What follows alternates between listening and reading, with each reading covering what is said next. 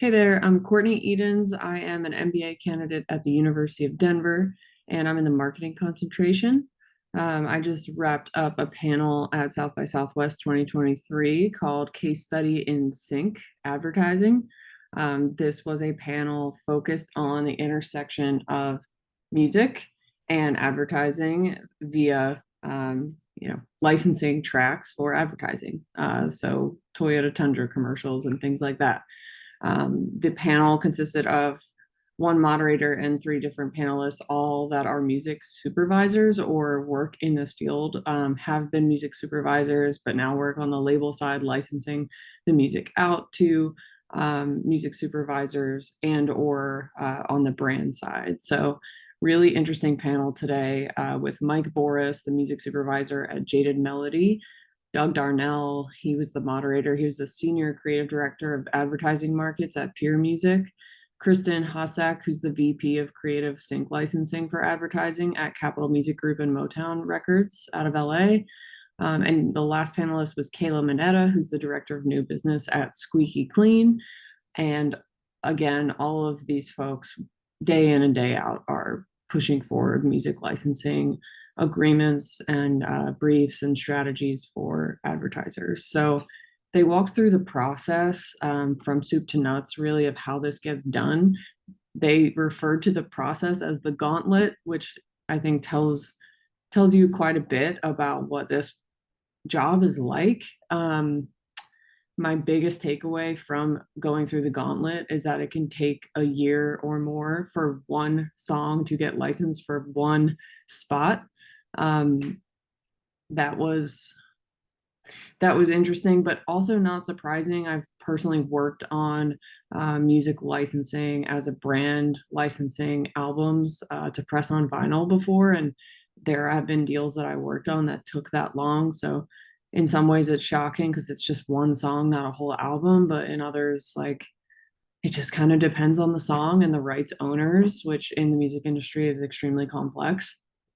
I think some of my some of my favorite bits or takeaways that I could take forward with me in my career is, the challenge really here is creating a common language with music. Whether you're working on the brand or advertising side or on the music side, it's hard to articulate what you want something to sound like or what the energy of the song should look like when it's placed over the creative. And they had some different strategies for how to articulate and make sense of sounds in music. One of which, I just think this is so smart, but Kristen at Capitol and Motown said in her role now and in previous roles as a music supervisor would say, draw me a shape of how you want the song or the track to build and shape the creative. Everybody likes music, so everyone has a pretty strong opinion around, what that song should be, but it's essential to really trust music supervisors in this specialty. As another key takeaway from this discussion is if you are hiring a music supervisor or a music supervisor type agency to do this job, trust them.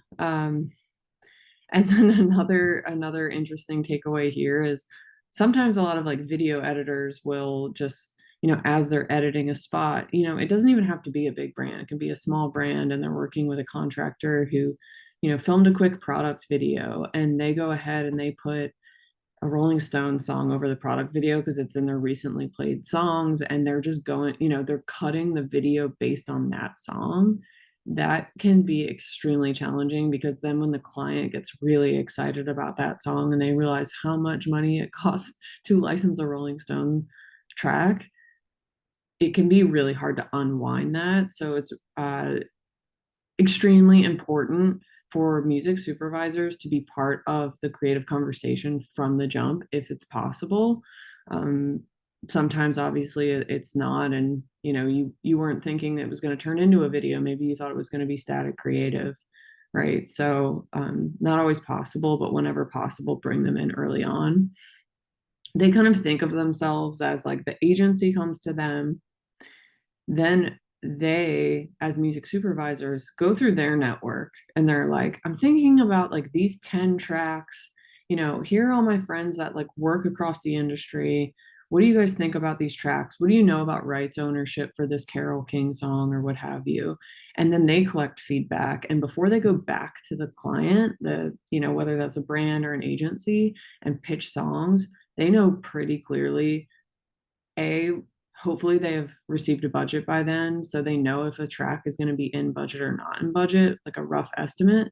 And two, they know like if it's going to actually be possible to license that song, because with rights ownership in music, it could be anything from the label or an estate. And a lot of times those relationships are really complex and tricky, and you might not even have a point of contact. So really, really interesting takeaways today. A lot of smart folks in the room and a great place to network.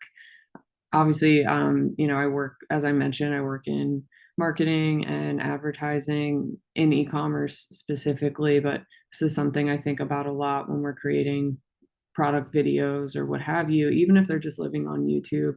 Licensing music is kind of a big hurdle. And you're not aware of a lot of the complexities of it, you can get yourself into big trouble or your company into big trouble. So incredible, probably my favorite panel of the whole weekend.